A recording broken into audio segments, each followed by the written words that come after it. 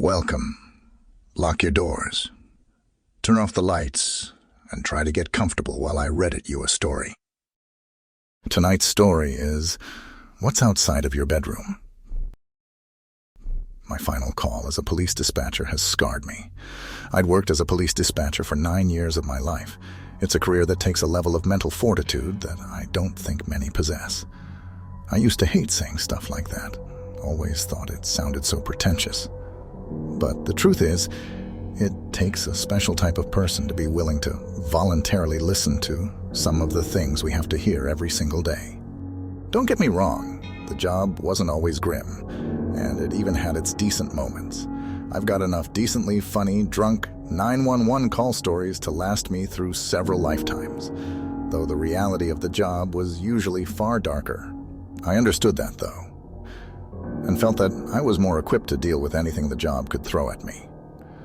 I was right for a while. For years I had answered every call, always able to keep a steady head despite being faced with some horrific situations.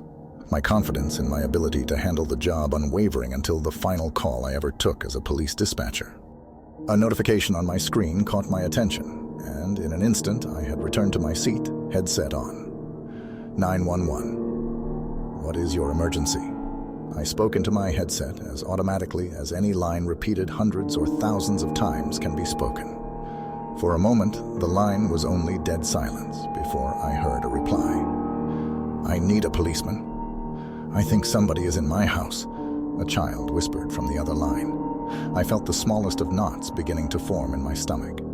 I shifted in my seat. Do you know your address? I asked, adopting a firm but lighter tone in response to the caller's age.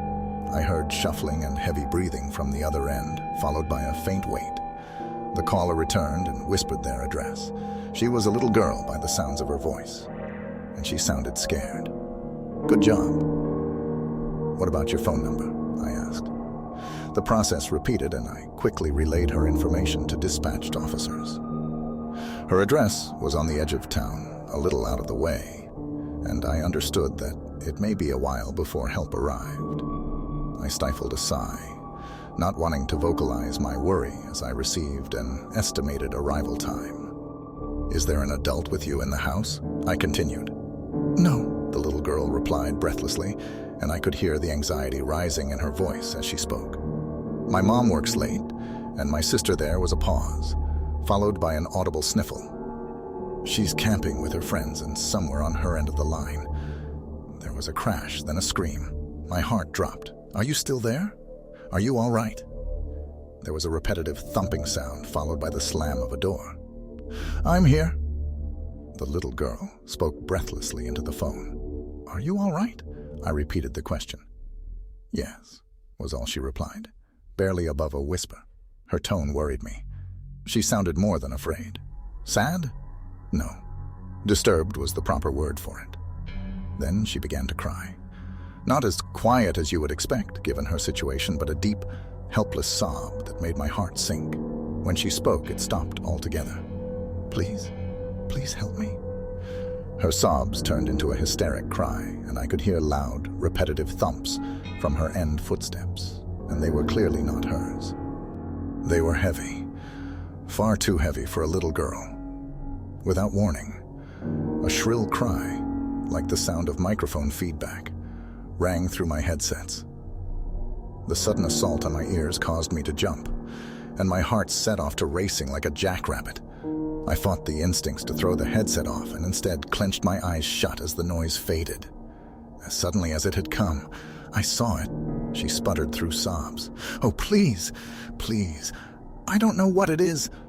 The frantic and frenzied nature of her begging increased, and a strangeness began to settle in the air that I couldn't quite place. A quick glance around the room confirmed that most of the desks around me were empty, and I was on the call alone. The thought made me feel very isolated, and a growing uneasiness continued to take hold of me that I couldn't place. Something about the call just felt wrong. Police are on the way, I began. I tried to infuse the statement with my usual level of assertiveness and confidence, but I worried that the uneasiness may be audible in my voice. Can you tell me your name? I asked. Amber. All right, Amber. Are you, or can you get somewhere safe? A room with a door you can lock? I'm in my room, she said through sniffles, and it was obvious that she had been crying profusely. I locked the door. Good. I'm going to stay with you on the line. Is there anywhere for you to hide? The sound of footsteps grew in the background as her voice lowered to a whisper. I think under the bed, she whimpered. Okay. Is there? I paused, thinking over my words before continuing. Anything you can use to protect yourself? There was silence on her end for a moment, and followed by a hushed yes as she dropped the phone. I assumed to get a weapon. The clamor from within the house had grown closer to the phone, and the piercing ringing sound had returned. I was almost certain there had to be something wrong with my headset, or with Amber's phone. And the sound grew to an almost unbearable extent, matched only by deafening thuds from somewhere on the phone. It sounded too close. I could feel the hairs begin to rise on the back of my neck, and the ominous sense of panic began to give way to an unexplained fear. The urge to look over my shoulder grew harder to fight as the persistent thudding sound grew louder, nearer. It all sounded too clear, I guess. There was no static, none of the white noise typical of a phone call. Nothing. Just the sound of footsteps approaching, closer, closer. I gave in to my instinct, whipping around in my seat, nearly losing my headset. No one. I had no time to settle my nerves as Amber returned to the line. Are you there? She whispered, yanking me from my fog and back into the moment. Yes, I replied. I struggled to shake off my fears. Something was very wrong with this situation. Despite my worries, I shifted my attention back to Amber. There isn't any weapon, the girl muttered. But I have something. There was a pause. Okay, what do you have? I asked, realizing my prompt was necessary. A rabbit? A pink rabbit, she said. And even over the phone, I could hear a little embarrassment. My dad gave it to me when I was little, she sniffled. He said she would keep me safe. I didn't know what to say for a moment, but I didn't want to miss a beat. He was right, I said, as encouragingly as I could. I was interrupted. I could hear a man call from within the house. Amber, I miss you. So the intruder knew her? I furrowed my brow. Amber, do you recognize that voice? I asked, hoping she could identify the intruder. There was silence for a moment before her response. It sounds like my dad. Why does it sound like my dad? I blinked. What do you mean? That's my daddy's voice. Why does it have my daddy's voice? I didn't know how to respond to that.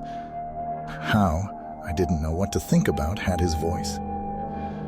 Before I could ask what she meant, we were interrupted by a sound the thing we heard has taken me years to try to understand. I come to believe that it was that thing's laugh.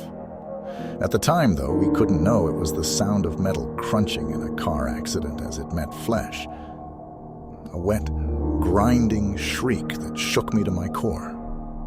I wanted to vomit, and my vision began to blur. I could only imagine what it was like for Amber, hearing that, all in person. Amber, I panted, my senses returning to me all at once. She barely had time to respond before we heard it, a voice or voices calling for her from somewhere nearby. They spoke as one, all with the same odd, inhumane nature dripping with malintent. Amber. My blood froze.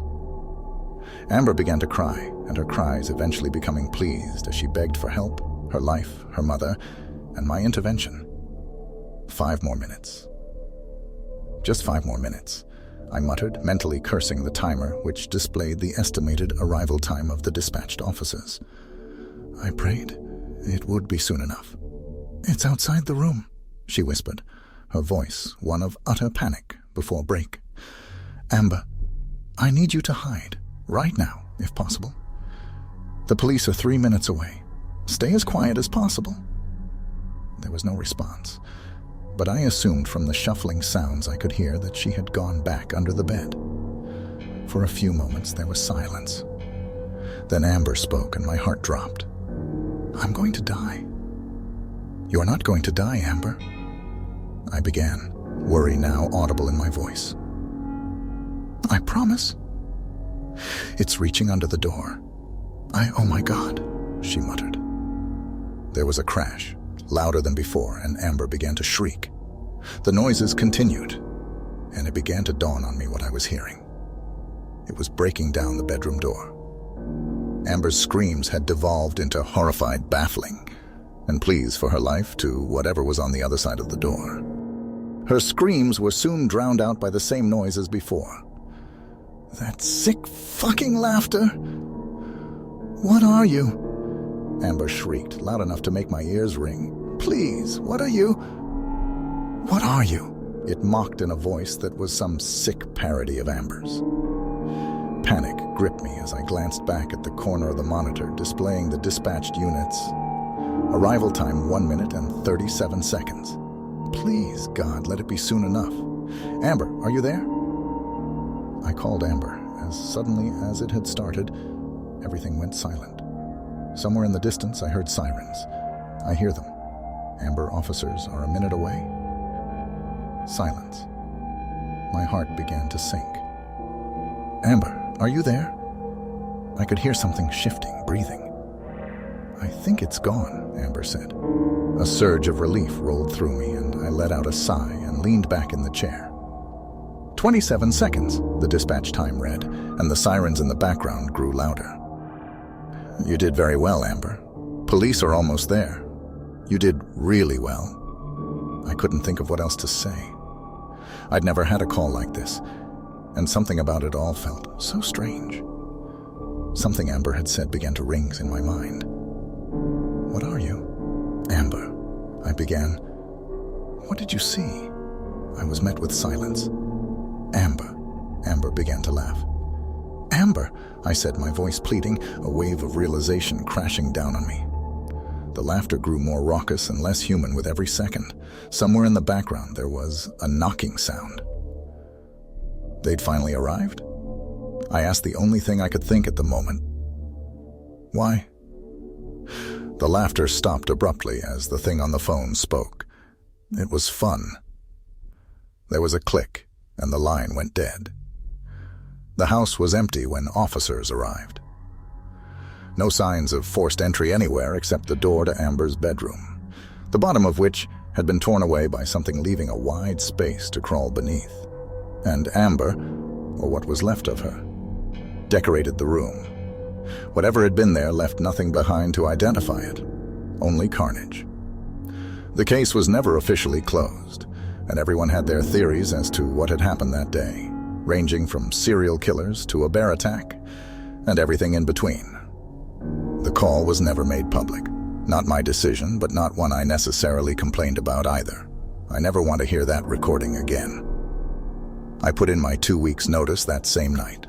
Though I never returned to work after that day, I'd been content to try and forget about that call. As callous as it may sound, I was content trying to forget about Amber, to forget whatever I had spoken to on that phone. But I don't think it's done with me. Last night I dreamed, or had thought I was dreaming, the sounds of footsteps running throughout my house as something screeched and laughed and mocked me just outside my bedroom door. I stayed in my bed long into the morning. Despite the sounds having stopped, paralyzed by a mixture of fear and confusion, until eventually I convinced myself to leave my bed. I crossed the room, cursing every creak the floor made under my weight. I lowered myself to the ground, holding my breath as I peered under my bedroom door. There was something there, but it wasn't moving.